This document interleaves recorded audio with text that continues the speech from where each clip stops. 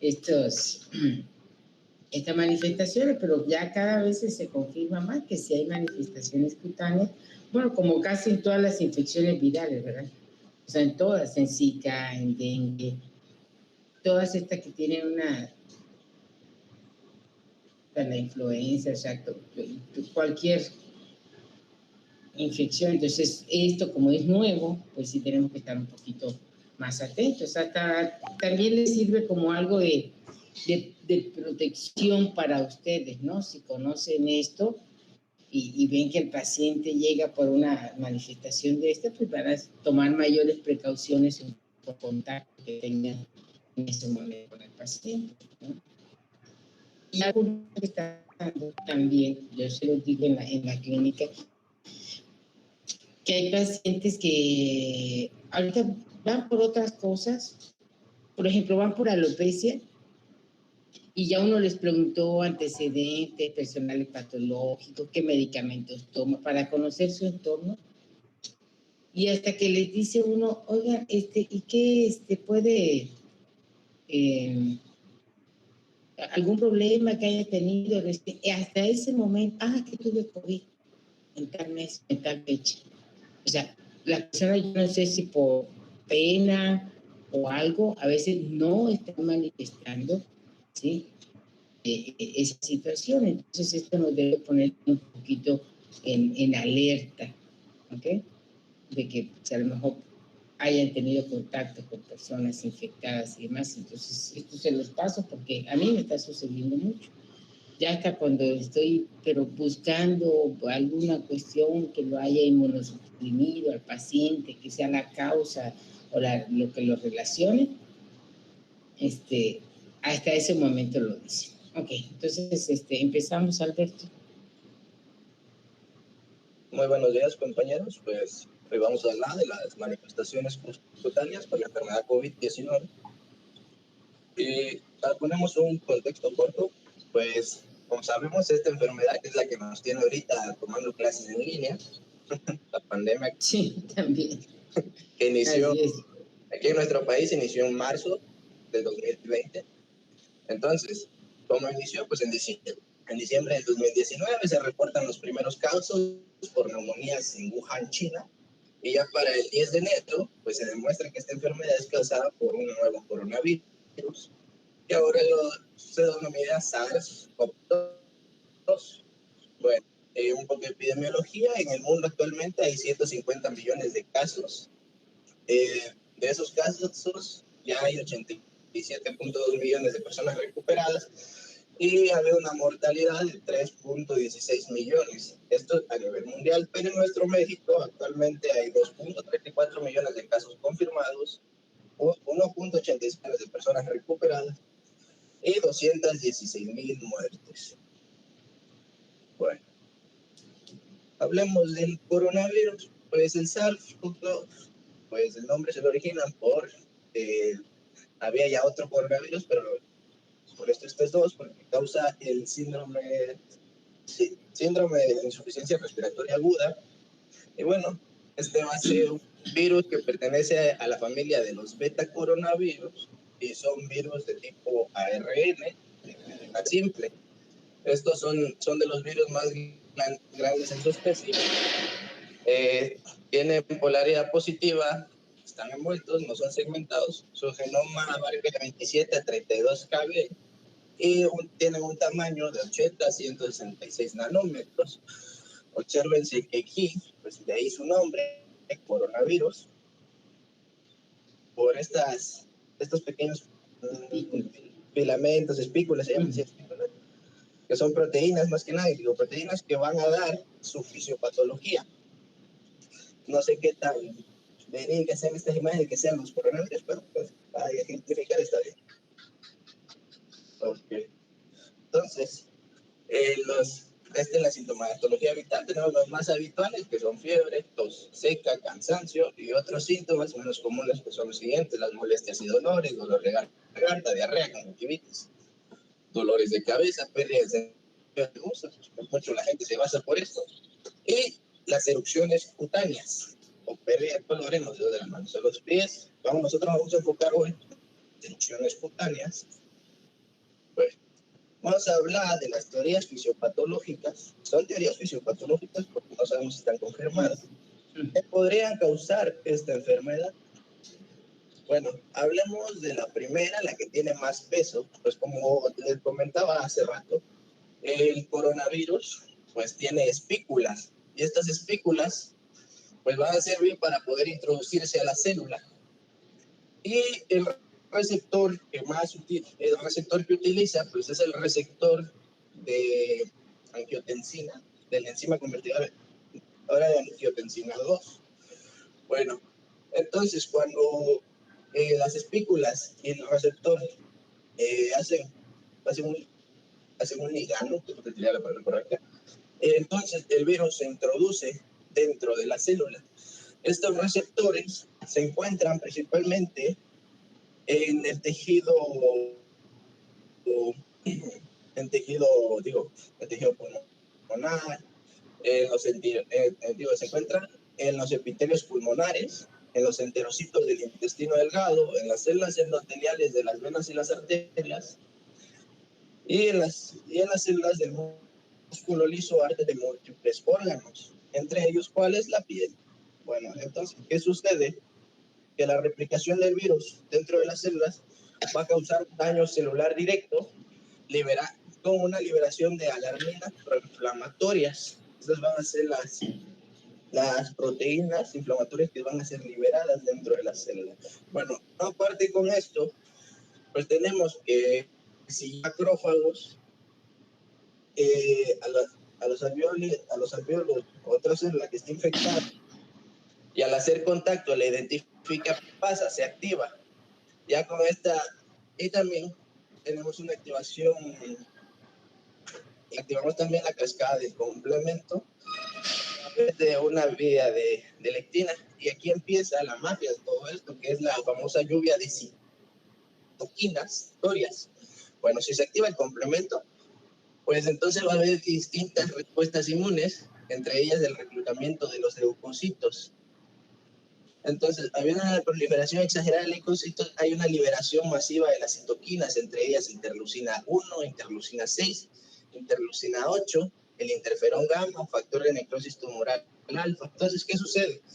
El interferón gamma, en las grandes cantidades, va a seguir activando más macrófagos. Y el macrófago va a liberar ferritina, y la ferritina es una manera de protección del cuerpo para disminuir el hierro disponible para las bacterias de haya. Bueno, la interleucina 6 va a producir fiebre en los individuos y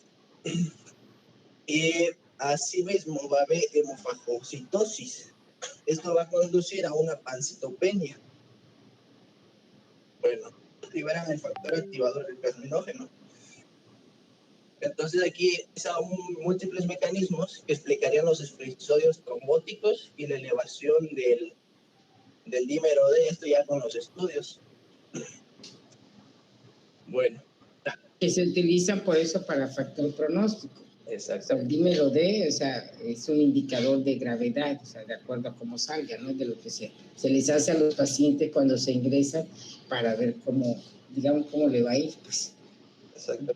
Sí, Doctora, no está grabando la clase. Disculpe. Ay, perdón. Ajá. Bueno, no espero que grabe.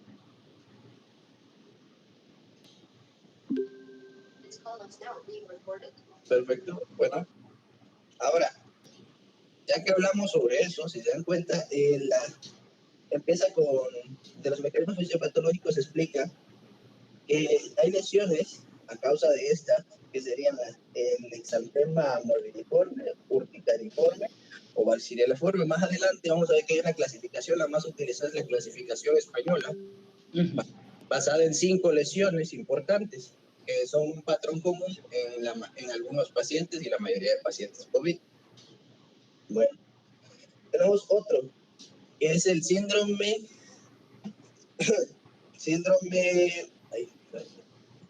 mediado por macrófagos. Hay algo pasa ahí con tu WhatsApp, no sé.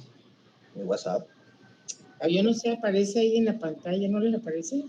Mensajes. Yo no sé, a mí me está apareciendo mensajes. Yo no veo mensajes, pero bueno. No, que te llegan, algo así. Ah, sí. Ignoren. Ok. No vaya a haber algo que no les guste. Bueno, tenemos otro, el síndrome similar a la activación de macrófagos. ¿Y aquí qué pasa? Pues comentaba antes, al haber un gran reclutamiento de las células inmunitarias, pues tenemos leucocitosis, neutrofilia, linfopenia, trombocytopenia, el aumento de los niveles del dímero de la lactato deshidrogenasa, de la procalcitonina y las alteraciones de los valores del dímero D, que decía la doctora, que eran como factor pronóstico, y productos de degradación del fibrinógeno. Bueno, ¿estos qué son? Pues son compatibles con la fibra. Estos hallazgos son compatibles con un síndrome de coagulación intravascular diseminado. Y seguimos aquí. Esta enfermedad es más por problemas vasculares que nada. Entonces, pues también lo de la ferritina, lo que les había comentado, como meta la ferritina, pues hay una disminución del hierro disponible, pero entonces, el aumento de la ferritina puede sernos un indicador de que tenemos un estado inflamatorio. Bueno, hay otra, y esta de la activación de macrófagos explicaría lo que es la púrpura, la gangrena y la isquemia craneal. Ahora, hay otra teoría que es la del la interferón 1. Bueno, eso es. Pues en estos pacientes, por lo regular jóvenes, es donde aparecen estas lesiones similares a la permeosis o acrales isquémicas. Pues hay una respuesta y este interferón 1 lo que va a hacer es que disminuye las posibilidades de la tormenta de citoquinas. Entonces, por eso es que en estos pacientes jóvenes es donde aparece más esta lesión y no en los ancianos, porque con los ancianos no hay una activación con esto. No hay una activación temprana, sino hay una activación tardía de la respuesta del interferón. Con estos pacientes es más peligroso. Bueno, ¿dudas hasta aquí?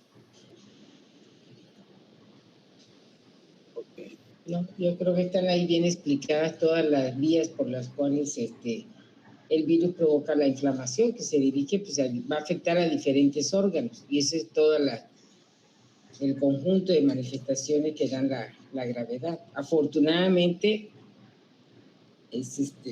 se supone que es un bajo porcentaje si vemos la cantidad de fallecimientos a nivel mundial con la cantidad de pacientes contagiados, pues no es mucho, aunque parezca, pero no es un porcentaje muy alto. Así es, doctor. Bueno, ahora vamos a explicar los patrones clínicos de las lesiones. De acuerdo a la información que encontré, la más usada es la de los españoles, que no tiene mucho que lo hicieron, pues un año. No, pues no va a tener más tiempo. Bueno, observen esa lesión que está ahí. Pero son de los grupos más grandes, porque son alrededor como de 400 pacientes o algo así que estuvieron checando. 371 y un montón más. Sí. Bueno, vamos a empezar con el primer patrón, que son las lesiones sacrales o acroisquémicas. Obsérvenlas bien. Estas las describían que son un pseudosabañón, decían algunos artículos, o pseudoperniosis, perniosiformes. Bueno, estas son lesiones que por lo regular dan más en jóvenes. ¿Por qué? Porque tienen una aparición tardía, aparecen después de los síntomas generales, respiratorios y todo ello. Entonces, el lugar donde más afectas, pues son las zonas sacrales. Zonas sacrales son zonas que están no están casi expuestas al sol. Entonces, observe aquí, algunos de los artículos decía que la ubicación más común era en metacarpofalanges, metacarpofalanges. Eso son las lesiones. Aquí, no sé si ven esta imagen que está aquí, aquí fue ya un descuido, no se dio una exacerbación y aquí ya lo que hubo fue isquemia, necrosis y todo ello. Y esta pues es la imagen de un sabañón normal. Esta que está aquí. Bueno, hablemos de la lección. No les quería poner texto, porque luego bueno. Entonces, ¿qué son? Son acrales Hay eritema, hay edema, y hay formación de vesículas y pústulas. En cuanto a la frecuencia, pues es el 19% de las lesiones cutáneas que se presentan en pacientes con COVID. En jóvenes son tardías. La enfermedad pues tiene una evolución de 12 a 13 días. Se presentan más que nada pues ya en enfermedad leve o con pocos síntomas. Pueden ir acompañadas de dolor, pero muy leve y plurito. Bueno, se presentan máculas, pápulas o placas milimétricas y están delimitadas. Su principal lugar donde afecta es en el área de los pies y a las manos. Bueno, se dice que inicialmente son porfúricas, evolucionan a ser apoyares y pueden presentar costras en su evolución. Cuando se les hizo un examen microscópico, se encontró que hay un infiltrado linfocitario en la dermis con predominio perivascular rodeando los pequeños capilares. Va a estar asociada a edema y activación endotelial y puede haber necrosis de queratinocitos. Bueno, hablemos de otra lesión. Tenemos las lesiones vesiculares o basiliformes. Como parecen como de varicela. Exactamente, aquí vemos al pequeño niño con su pupocha, dirían en Oaxaca. Esta es la varicela. Pero en los pacientes de COVID aparecen estas lesiones, van a representar el 9% de estas lesiones y se presenta más como enfermedad leve. Tienen un inicio temprano, a los 3 días de que se presentaron los primeros síntomas o las manifestaciones. Y como verán, pues lo que les comentaba, que se presentan en el 9% de los pacientes y la mayoría van a ser pacientes de mediana edad. Bueno, las áreas donde principalmente va a afectar va a ser en el tronco y comentaba otro artículo que un 20% en las extremidades inferiores. Estas lesiones se van a acompañar de un prurito leve y a veces dolor o sensación de quemarse, pero estas son con una menor frecuencia. En cuanto a su patrón, es un patrón extenso y es diseminado en el área del tronco u otras áreas cercanas. Bueno, las vesículas pueden presentar contenido hemorrágico y ser de gran tamaño y una distribución difusa. La duración en la que están estas lesiones es de 10 días y al estudio histopatológico se encontraron alteraciones en las vacuolas, una alteración de la maduración de los queratinocitos, así como queratinocitosis de mayor tamaño, multinucleosis, queratosis. Queratosis es cuando hay una producción de queratina antes de que maduren los queratinocitos. ¿Ya observaron las lesiones? ¿Quieren verlas un ratito? Sí, o sea, parecen así de varicela, tienden a ser como con un eritema hiperilesional, como se ve en la foto en la A. Pueden ser quizás un poquito más aisladas, también se presentan en el tronco. Entonces, digo, la cuestión es que a veces nos puede llegar a la consulta un paciente con este tipo de manifestaciones, porque como se presentan en casos a veces no tan graves, pues el paciente, acuérdense que la mayor parte aparentemente es asintomático, ¿no? Pero quizás se nos van muchos casos porque no los diagnosticamos. Vemos esto y no lo diagnosticamos, ¿no? Ok. Aquí lo que nos podría servir, yo opino que como este tiene un inicio temprano, a los pocos días de que esté COVID, pero ya está confirmado el paciente, o sea que... La cosa es pensar, o sea, de ahí es ver al paciente con esta patología, bueno, a ver, ha tenido cercanía, ha tenido alguna actividad de riesgo, ¿sí? Hay algún otro familiar cercano, y estar, bueno, atento para que entonces aislarlos, hacer el diagnóstico temprano y pues, evitar la mayor propagación, ¿no? Así es. Bueno, hablemos con el otro grupo de lesiones que serían las de tipo urticarial. ¿Urticarial? Pues esta va a ser inespecífica. ¿Por qué? Porque se comentaba que la mayoría aparecía en pacientes que recibían ya tratamiento, antivirales, antibióticos. Entonces también podría ser, se tiene la idea de que también puede ser causada por estos fármacos o terapias. Bueno, entonces esta va a representar el 19% de las lesiones y La clínica cutánea va a aparecer a la par a los síntomas generales o unos días después, pero pocos, así como las vesículas. Se va a asociar más con enfermedad grave y es acompañada de plurito. Las áreas donde predomina va a ser en el tronco y es frecuente, aquí es frecuente la afectación facial de las manos, en el anterior no tanto. Bueno, su resolución va a ser en 7 días. Entonces, cuando se presenta un edema de la dermis superior, este es el examen histológico, hay un edema de la dermis superior y el infiltrado perivascular de linfocitos con algunos eosinófilos. Y aquí están las lesiones. Así es. Las lesiones típicas. Pues muy diseminadas. Ajá. Si se dan cuenta, aquí en esta va más proximal, va más en las áreas proximales de las extremidades. Entonces, ¿cuántos pacientes pueden llegar por urticaria? Pues varios. Y aparte hay algunas otras cosas por ahí aisladas en los niños, como lesiones similares al síndrome de Kawasaki.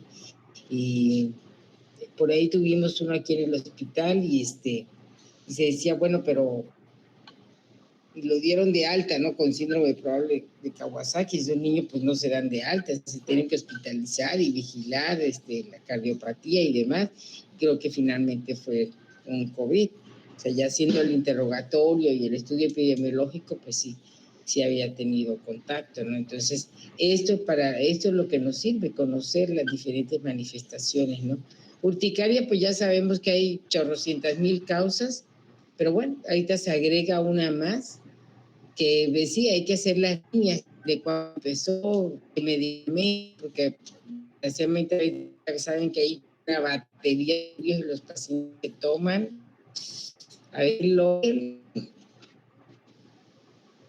pues criticar que es mal, pero sí hay que tener, o sea, estar atentos en qué relación sí con la infección urticaria, enfermedad, y en todo caso, pues hacer una prueba. Si hay algún otro síntoma o si hay algún otro familiar que haya estado enfermo o que con manifestaciones ya francas, pues esto sirve para que orientemos y pedirle la prueba al paciente.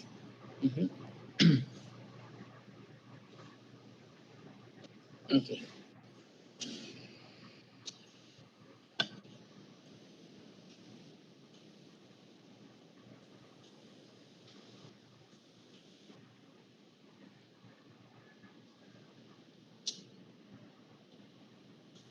Sí, pueden ser pequeñitas, pueden ser grandes.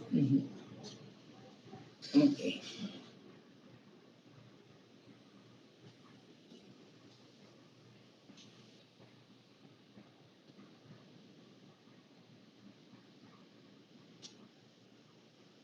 Transmitió tu micrófono. Buenos días. Ahora sí. Una disculpa. Entonces no me escucharon anteriormente, ¿verdad? Ok. No. Bueno, les presento las lesiones.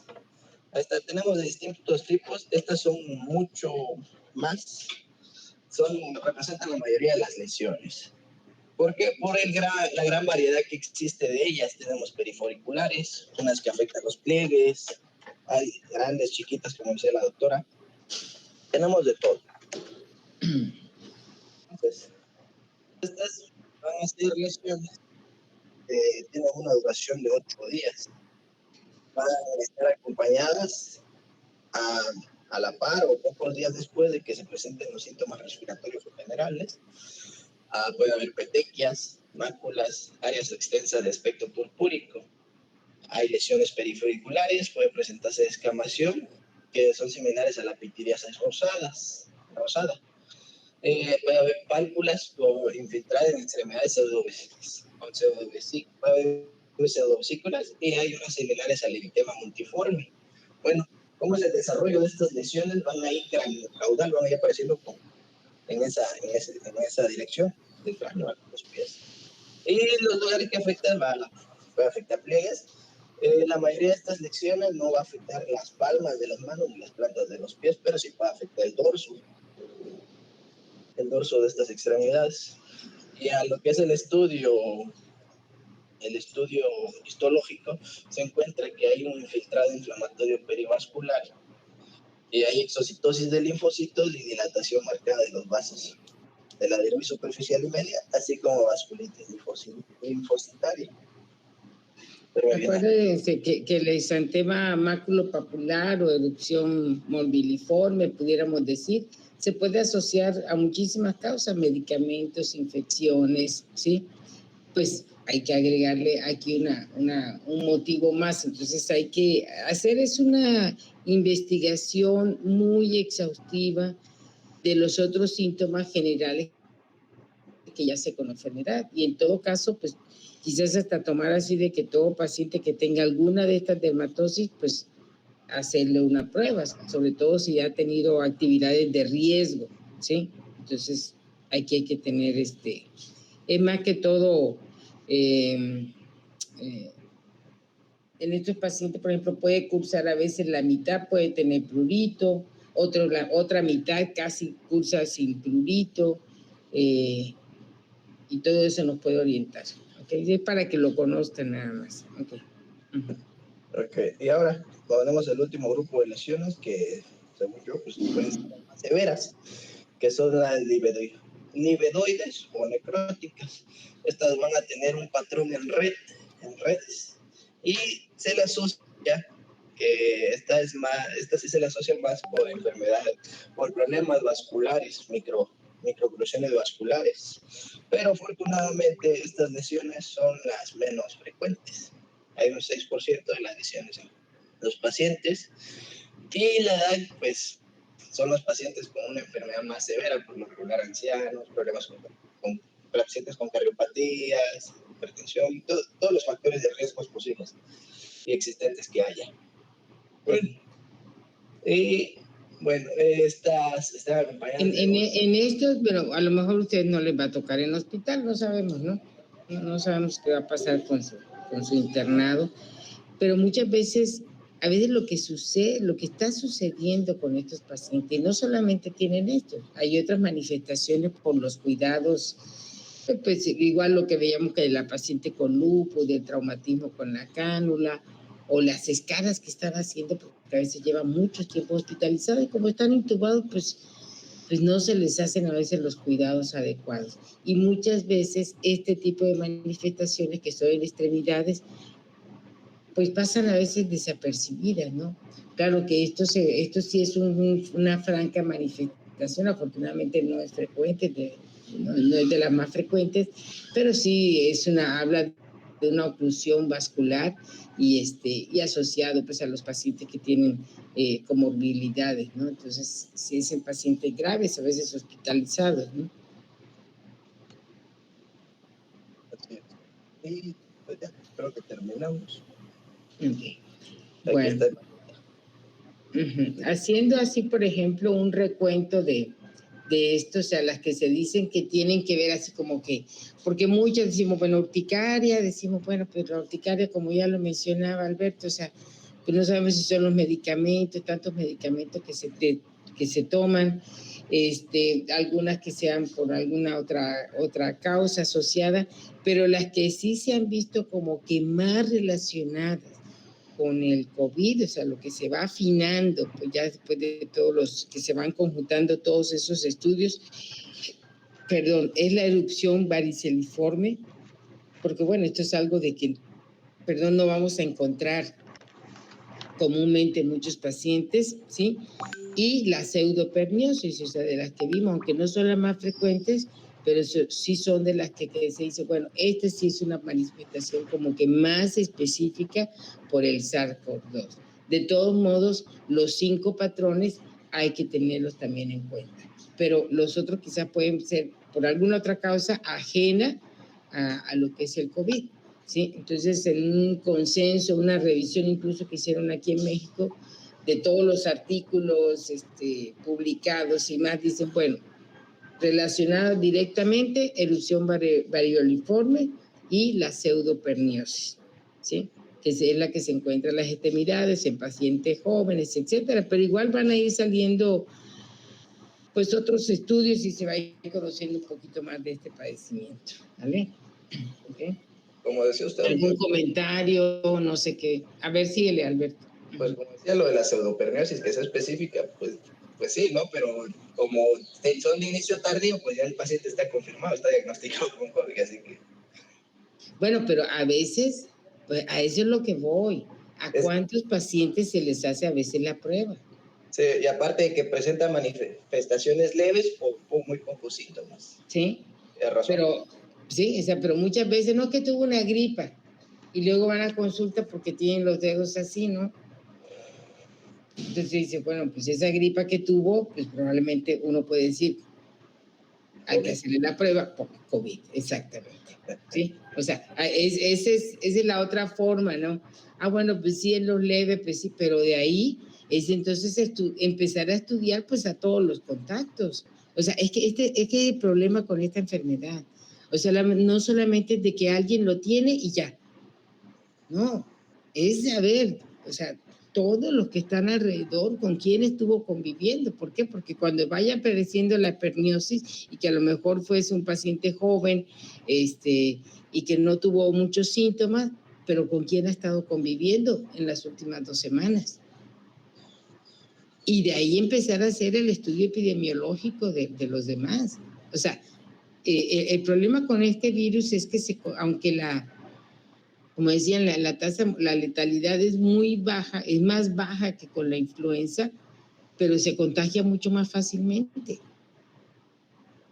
¿Sí? Entonces, es tanta la cantidad de personas que se pueden contagiar en una determinada situación que con un paciente que nosotros tengamos algo que diga, no, esto es COVID.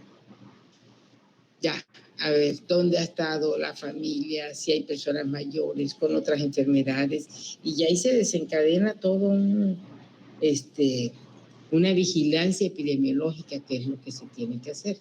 Entonces, no es tanto porque se asocien las manifestaciones dermatológicas a veces a gravedad, a menos de que sean estas lesiones de oclusión muscular, bueno, en pacientes ya hospitalizados, pero sí nos ayuda a otras cosas. Okay. Entonces, no sé si tengan algún otro comentario. Sí, ¿Cómo ha doctora, sido? Ajá. se ha visto demasiado la caída de cabello en los pacientes con COVID. También, muchísimo. O sea, ese ha sido un motivo. Y eso es lo que les refería de que llegan los pacientes y les hace uno el interrogatorio y todo, y está uno buscando, ¿no? Acuérdense, alopecias difusas, etcétera, problemas tiroideos, medicamentos que haya tomado, alguna situación hormonal, y está uno buscando, ¿no? En el interrogatorio, etcétera, etcétera, hasta que hoy alguna situación, que se haya enfermado, que se haya, sí tuve COVID hace 6 meses, hace 5 meses, ¿no? Entonces, pero los pacientes a veces no lo están diciendo. ¿Sí? Entonces hay que insistir en eso y preguntar.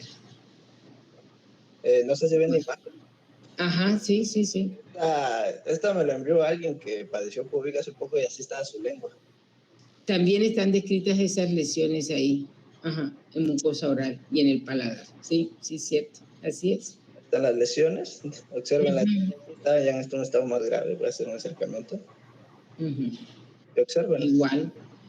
Sí, quizás le digo, de ahí van a ir saliendo muchos, ¿no? O sea, que tuvo, ahora, que si fue le digo, en cuanto a los medicamentos, esto no se ha reportado mucho, esto de las lesiones orales, pero también, sí está, sobre todo en pacientes jóvenes también hay que buscar en el paladar. Sí. Bueno, sería tú. No sé si empezamos con el último tema. Ustedes me dicen. No sé, doctora, si buscan. No sé qué digan los compañeros. Yo lo tengo preparado. Pues sí, para avanzar, para ir avanzando. Pues sí, para ir avanzando, ¿no? Sí, Marcia. Sí, igual Vamos a fue salir con... bien a tiempo, Doc. Sí. Igual, sí, vamos avanzando y ya mañana terminamos. Pero igual, sucedió con VIH, ¿eh? O sea, a mí me tocó cuando empezó, estaba estudiando el R1 quizás, pues sí, el R1 cuando empezó todo esto del VIH, ¿Y ustedes creen que los pacientes se aislaban? Llegaban jóvenes con neumonías y ahí se acercaba uno a darles, o sea, no había ningún cuidado de nada porque nadie sabía nada, ¿sí? Estaban los primeros casos y luego toda esa psicosis que hubo en el personal de salud, en la enfermería, porque las enfermeras, entonces los sindicatos protegiendo y no había quien viera a los pacientes, porque, o sea, se tenía era lo contrario, ¿no? O sea, de que el paciente le iba a contagiar a un, sí, cuando era una situación de que esos pacientes había que cuidarlos, aislarlos para que, por la inmunodeficiencia precisamente, cuidarlos a ellos, de uno no infectarlos, ¿no? Pero hubo una psicosis y unas cosas terribles que se vivieron igual que ahora. Por eso lo más importante es empezar a conocer estos padecimientos. Ahorita el VIH, pues ya sí, hay muchísimas cosas, ¿no? Hay una... Y como yo este tema lo dejo al final porque pues es así como que un repaso de casi más de la mitad del módulo, ¿no? Con unas connotaciones diferentes, pero mucho de lo que vimos lo vamos a checar aquí. Ok.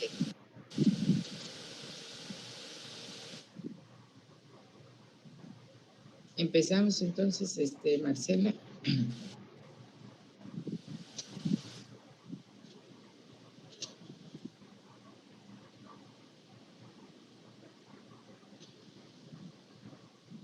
Ok, buenos días y buenos días, compañeros.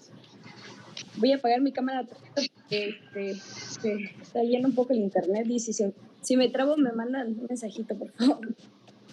Ok, voy a dar una pequeña introducción. Vamos a iniciar desde la definición, los datos epidemiológicos, la etiopatogenia y voy a darle una pequeña introducción sobre el cuadro clínico.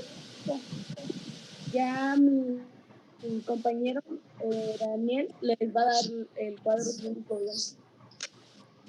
Jaime, ¿puedes apagar tu micrófono, por favor?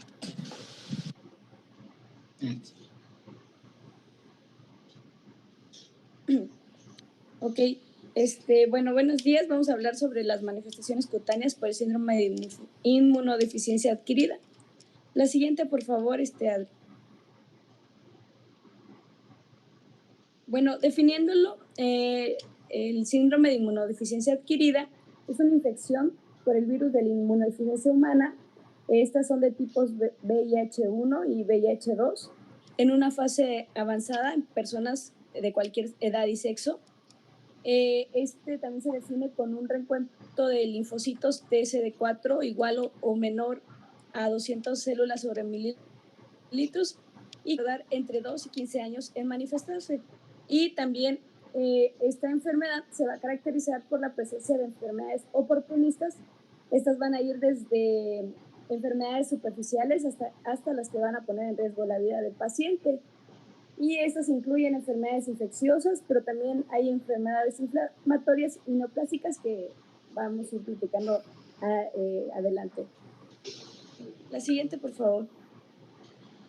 Ok, empezando y hablando un poco de los datos epidemiológicos, nos vamos a dar cuenta que desde el comienzo de la epidemia del SIDA, alrededor del 78 millones de personas se han infectado por el VIH y más de 39 millones de las personas han muerto. Y pues en México se reporta alrededor de 220,000 casos. Esto hasta la cifra llegó hasta el 2018. Y esta es una pandemia que va a ir avanzando anualmente y se va a presentar 570 nuevos casos por hora. Y ya cada día se infectan 14,000 personas por el VIH y el 90% se va a dar por la transmisión sexual. Y actualmente se fallecen 8,000 personas al día por el SIDA. La siguiente, por favor. Ok, el número estimado de casos de niños es de 3.2 millones. El 91% se va a encontrar en África subsahariana, el 6% en Asia y el Pacífico, y el 3% se va a encontrar en todo el mundo, en el resto del mundo. La siguiente, por favor. Bueno, también hablar un poco de los adolescentes. Son 2.1 millones de personas, de adolescentes que se encuentran infectados. Y durante la prevalencia, en el último recuento y en la última estadística, se estima que 1.5 millones de mujeres embarazadas viven con VIH y el 4.2 millones de personas mayores de 50 años de edad viven con VIH-Sida también. Y la siguiente, por favor, Adri. Bueno, y en el libro del doctor Amado Saúl nos marca los grupos de riesgo, pues los principales son los varones homosexuales y bisexuales, promiscuos, las personas que van a usar drogas por vía parental, los hemofílicos y personas que reciben transfusiones, y las que tienen mayor aumento de infectarse son las prostitutas, los heterosexuales y los recién nacidos de madres infectadas. Por eso hay en Europa todo un movimiento, y de hecho que los gobiernos en Holanda, etcétera, que han puesto pues como módulos pues para que los que se van y se inyectan droga, pues van y ahí les dan la jeringuita y ahí se lo ponen su droga, ¿sí? Pero ahí uno puede decir, ay, pues el gobierno está promoviendo todo esto, pero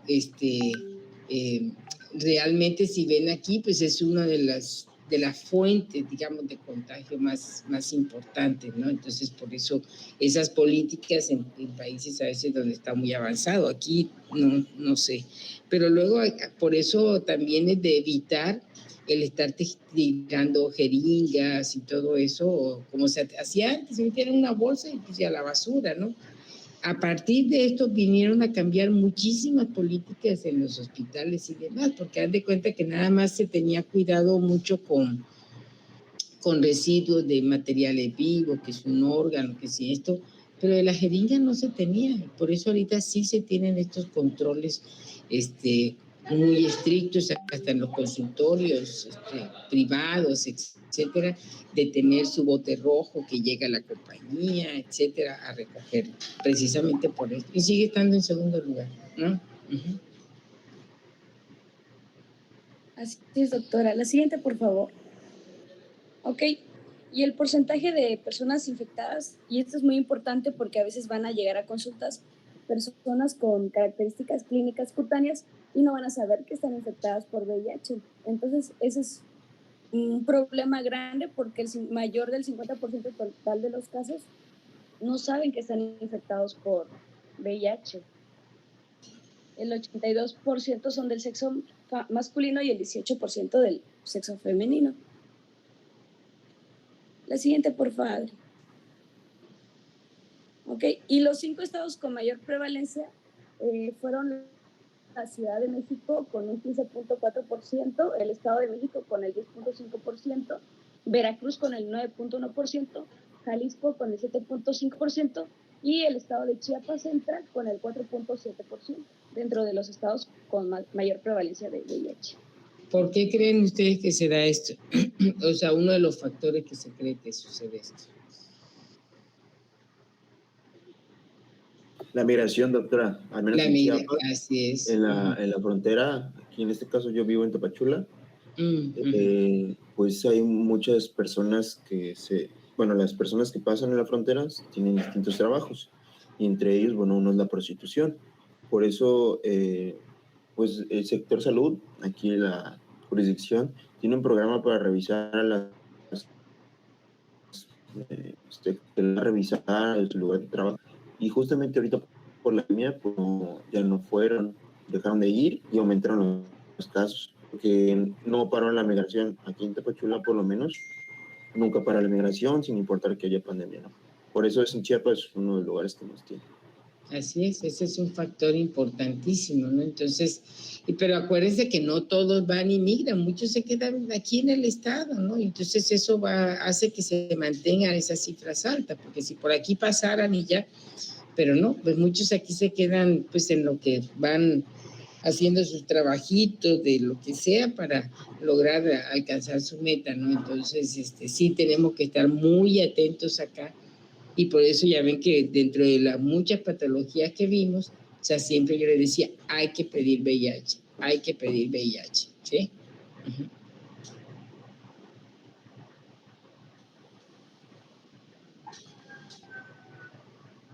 La siguiente, los grupos de edad más afectados van a ser alrededor del 30 a 34 años, que es el 19.5%, el 25 a 29 años representando el 17.9% y de 35 a 39 años representando el 16.2%.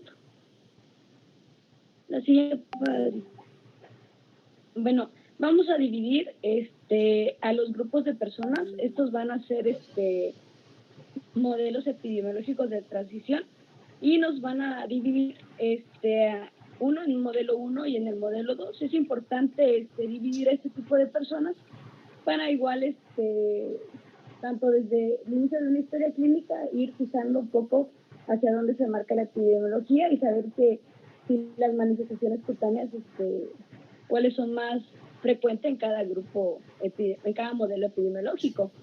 Por ejemplo, en el modelo 1 va a incluir a hombres que tienen sexo con hombres, a varones bisexuales, a los que consumen drogas por vía intravenosa, a los hemofílicos, a los receptores de transfusiones, las parejas heterosexuales y a los hijos de personas en estos grupos. Y en el modelo 2, estos van a comprender a la población activa joven heterosexual, a los que reciben transfusiones y a los hijos de mujeres infectadas.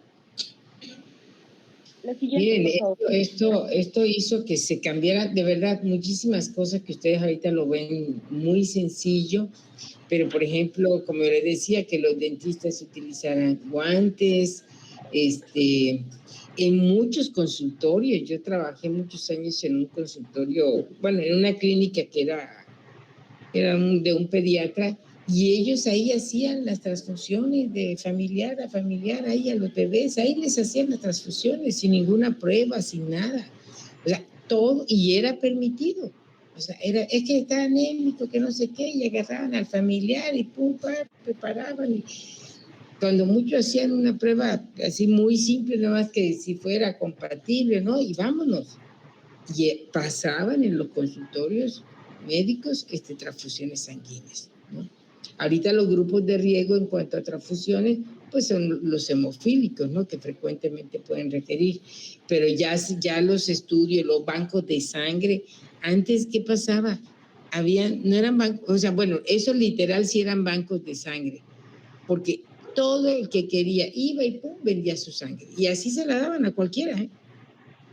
O sea, a partir de todo esto se acabaron con todos esos comercios y entonces ya los bancos de sangre, los pocos que hay, ya siguen una serie de lineamientos muy específicos para evitar esto. A ustedes no les tocó vivir eso, pero uno iba ahí por México, en Ciudad de México, donde ustedes quieran, en el centro, en Iztapalapa, se compra sangre. Así la gente y las filas haciendo, iban, daban 200 pesos, 300 pesos, le quitaban y esa sangre la vendían sin ninguna prueba. O sea, era una cosa de verdad impresionante lo que se hacía, que nadie lo veía como algo mal. ¿Me explico? O sea, era la normatividad, pues sangre en cualquier lado, tú vas ahí en la esquina y te la... Así, ¿no? Ahorita los bancos de sangre, por eso a nivel estatal y a nivel de ciertas instituciones que tienen sus propios bancos de sangre, pero tienen una normatividad, ¿no? ¿Ok? Ok. Y ya las manifestaciones cutáneas, estas van a representar más del 90% de los pacientes con SIDA. Y ahí pueden ver, por ejemplo, las infecciones bacterianas y virales y las manifestaciones vasculares no neoplásicas, que más adelante mi compañero les va a explicar un poquito más sobre este cuadro. La siguiente, por favor, Adri. Ok. Y vamos a empezar de la primera, voy a hablar epidemiológicamente y la prevalencia, no me voy a meter tanto al cuadro, pero les voy a dar una pequeña introducción, que es el síndrome inflamatorio de reconstrucción inmune. La incidencia de este síndrome es poco precisa y es muy variable. Esta va del 14.3 hasta el 31.7%. Esto se va a presentar en semanas o meses después del inicio del tratamiento antirretroviral Se da alrededor del 10 al 25% de todos los pacientes de cualquier edad y hasta en el 45% de quienes tienen una infección oportunista previa. Que esto es muy similar a lo que veíamos, ¿no, Pablo, con lepra? Que también puede haber una respuesta, una de las reacciones leprosas tiene más o menos este mismo mecanismo. Sí, Doc, parece. Sí. O sea, que pueden empezar después de los tratamientos, con una respuesta exagerada cuando el tratamiento está combatiendo la enfermedad. Ok. Así es, doctora. La siguiente, porfa, Adri. Y como dice la doctora, este síndrome se da en consecuencia del tratamiento con terapia antirretroviral. ¿Y en qué va a consistir este síndrome? Consiste en la aparición, en la reactivación o incluso en el empeoramiento de entidades infecciosas.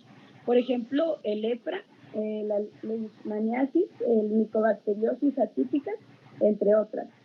Y también puede aparecerse en procesos inflamatorios como la foliculitis eosinofílica, el acné vulgar y la dermatitis seborreica. Y también se va a dar en condiciones neoplásicas como el muy famoso sarcoma de Kaposi. Y también se da esto también por otras enfermedades asociadas con el SIDA, que obviamente se va a atribuir a esta recuperación de las células del sistema inmunitario, en el cual hace que se incremente el conteo de CD4 y sus funciones. Y como les había dicho, todo esto tiene una incidencia que va desde el 14.3% al 31.7%. Y pues más de la mitad de los afectados van a tener manifestaciones dermatológicas, principalmente el herpes zóster y el herpes simple. También va a llegar a producir el molusco contagioso y la duración de este síndrome puede durar desde semanas hasta meses y la mayoría son leves. Generalmente no va a requerir un tratamiento, la interrupción del tratamiento antirretroviral, ya que a veces establecido este síndrome se puede resolver espontáneamente. Así es, esto es muy importante, que no es un motivo en la mayor parte de los casos para retirar el tratamiento. Hay que explicarle a los pacientes, o sea, estos efectos hay que vigilarlos, hay que tenerlos, pero con ciertas medidas, pues ahí se va sobrellevando hasta que vaya pasando, ¿no? Ok, vamos a empezar a hablar un poquito de la etiopatogenia. Es muy importante saber primero el agente causal, que este es un retrovirus identificado originalmente como virus linfotrópico de células T humana o virus relacionado con la linfadenopatía. Pero actualmente hoy lo denominamos virus de la inmunodeficiencia humana y va a pertenecer a la familia Retroviridae y su familia lentivirus. La siguiente, por favor, Adri. Vamos a conocer que hay dos tipos principales del VIH-1 y se van a dividir en tres grupos. El grupo M, que va a tener subtipos como el A y el K, el grupo N y O, y el VIH-2, que es el nuevo virus que se ha conocido actualmente. Y para conocer un poquito de la consistencia de este virus, vamos a notar que el virus va a tener una envoltura lipídica que va a tener 2 glucoproteínas, que estas van a ser muy importantes para entender un poco más la etiopatogenia. Vamos a tener a la glucoproteína 120 y esta es una de las principales porque ahí se van a unir los linfocitos CD4 y la glucoproteína 41. Y la nucleocapside, que contiene 4 proteínas, la proteína 24, la 17, la 9 y la 7. Ok, ya sabiendo esto y conociendo un poco de la envoltura del virus, les explico un poquito de la etiopatogenia. La siguiente, por favor, Adri. Ok, bueno. Después de los 3 meses en los cuales el individuo se infecta, estos van a producir anticuerpos contra estas proteínas que envuelven el virus, que son las proteínas 120, la glucoproteína 41 y la proteína 24, lo que les comentaba anteriormente. Entonces, estas van a penetrar en la célula del virus y cuando penetra en la célula, el virus va a perder esta cubierta y va a entrar la enzima transcriptasa inversa. Y esta va a ser una copia de DNA a partir del RNA viral. Entonces, después de la infección primaria, una de cada 100 células T va a poder contener el virus, lo cual, al contener el virus, va a disminuir los mecanismos de defensa. Y entonces, cuando el número de linfocitos CD4 cae por abajo de 600 células, se inicia este deterioro de la inmunidad celular. Bueno. Sí, por eso es muy importante, pues en los controles lo que se lleva es eso, ¿no? O sea, vigilar el número de CD4, es eso que están presentes para ver, conocer la situación del paciente, ¿no? Y saber ahí qué se puede esperar a partir de que esté muy bajo, ¿no? Ok. Esa es una pequeña introducción general. La siguiente, por favor, Adri. Ahora específicamente, el primer paso para esta infección es una célula hospedadora como el linfocito TCD4. Entonces, cuando el VIH se va a acercar a su órgano diana, la glucoproteína 120 se va a unir a los receptores CD4 y este proceso se va a llamar acoplamiento. Y esto va a promover la unión a los receptores. La siguiente, por favor. Y como pueden ver en la imagen, esta unión, este acompletamiento va a dar va a dar resultado un cambio de la conformación de esta glucoproteína, como les había dicho, la 120, que es la más importante. Entonces el nucleópside viral entra en la célula y esta se va a fragmentar liberando las 2 hebras de ARN. Y ahí es cuando entran las 3 enzimas de replicación, que la más importante es la transcriptasa 1, seguida de la integrasa y la proteasa. Siguiente, por favor. Ya entonces, como les había dicho, la enzima principal va a ser la transcriptasa. Entonces, va a comenzar con la transcripción inversa del ADN viral y va a tener 2 dominios catalíticos.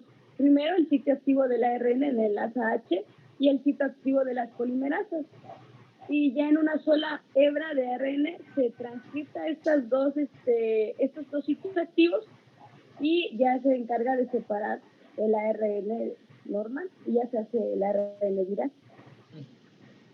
La siguiente. Entonces, la polimerasa completa la otra hebra de ADN y forma una doble hélice de ADN. Y ahora ya entra en acción la integrasa, que se va a encargar de cortar los extremos del ADN y haciéndolos cohesivos y llevan el ADN viral al genoma de las células hospedadoras. Y ahí es cuando ya empieza la siguiente pregunta. Ajá. Y la siguiente, por favor. Bueno, y ya el ARN viaja al citoplasma donde se sintetizan los componentes de un nuevo virus, pero es un virus aún inmaduro. Y estas, siendo inmaduras, aún adquieren una nueva envoltura hospedadora y proteínas virales, y es lo que hace tan potente este virus. La siguiente, por favor, Adri. Y ya cuando este virus es maduro, ya está listo para infectar a otras células hospedadoras, y esto hace que se replique demasiado rápido y vaya destruyendo las células inmunitarias y causando finalmente la progresión de la enfermedad. Porque cada vez que entra un linfocito y ahí se empieza a replicar y ya cuando se divide, pues ya van más réplicas de virales y van disminuyendo los linfocitos normales, pues digamos. O sea, se van reemplazando por células virales, ¿no? Uh-huh. Sí, doctora. La siguiente, por favor.